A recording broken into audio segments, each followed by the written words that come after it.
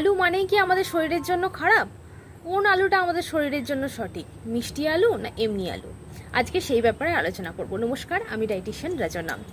আলু কি শরীরের জন্য এতটাই খারাপ? কিন্তু আলুর মধ্যেও কিন্তু অনেক ভালো গুণাগুণ আছে।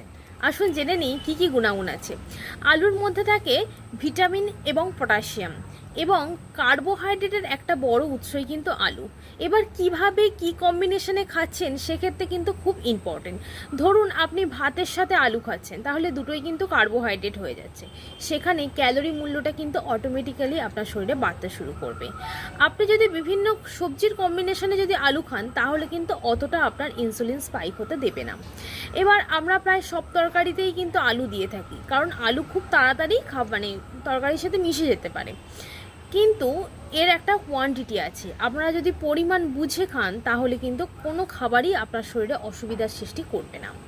এবার অন্যদিকে আসি মিষ্টি আলুর কথা। মিষ্টি আলু কিন্তু শক্তির একটা পাওয়ার হাউস বলা যেতে পারে এবং পুষ্টিরও একটা ভাণ্ডার বলা যেতে পারে, কারণ এর মধ্যে পর্যাপ্ত পরিমাণে ভিটামিনস থাকে, ফাইবার থাকে, অ্যান্টিঅক্সিডেন্ট থাকে এবং অন্যান্য অনেক নিউট্রিয়েন্টস আছে, যেটি থাইরয়েডের পেশেন্টদের জন্য খুব ভালো, কারণ সেলেনিয়ামের একটা বড় উৎস।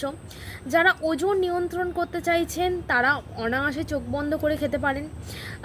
রক্তচাপের সমস্যায় যারা ভুগছেন, মানে হাই বিপি, এবং যারা অস্টিওপোরোসিসের মতো সমস্যায় ভুগছেন, তাদের ক্ষেত্রেও কিন্তু মিষ্টি আলু খাওয়া যায়।